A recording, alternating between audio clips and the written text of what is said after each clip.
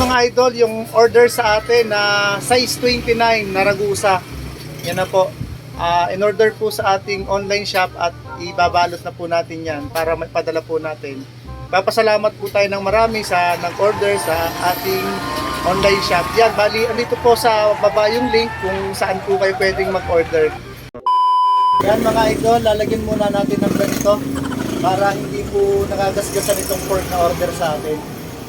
Sukatin lang natin para hindi pagasgasan. Yan na mga idol, lagyan natin ng tape.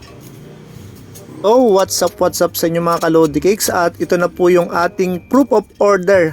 Ginawan po natin ng video para makita po ng ating mga followers na okay na po, may nag-order po sa atin sa online shop. Bali, ang order po sa atin ay Ragusa na R100 na 29er. Una po ay nagpapasalamat po ako sa customer na nag-order po sa atin itong Ragusa na pork na ito. At nagpapasalamat din po ako ng marami sa aming mga customer dito sa aming shop. At syempre, nagpapasalamat din po ako ng marami sa ating mga followers. Okay, sige idol, balikan po natin tong video na to. Marami po kasing nagtatanong sa akin sa aming Facebook page kung ito daw pong si Ragusa R100 ay air suspension na.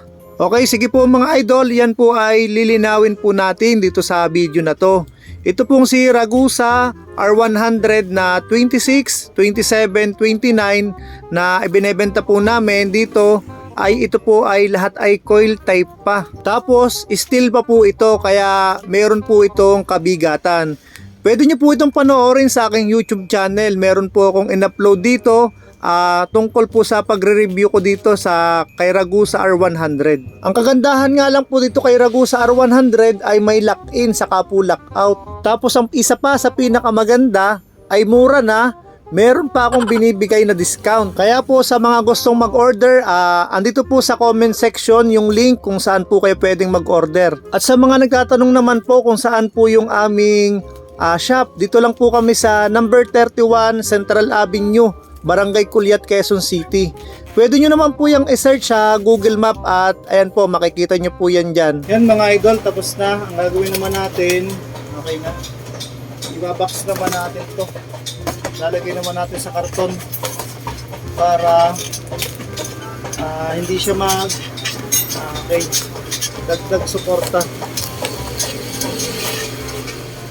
Yan. A few moments later.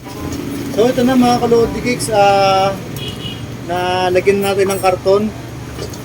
Lagyan naman natin ng bubble wrap para siguradong safe.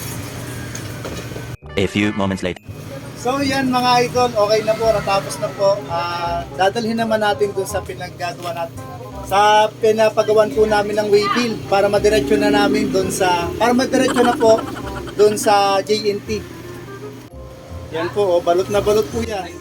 So ito na mga idol, yung waybill, ikinabit na natin para madala na po natin yan sa JNT. Yan, hinihimas-himas ko pa para pampabuenas.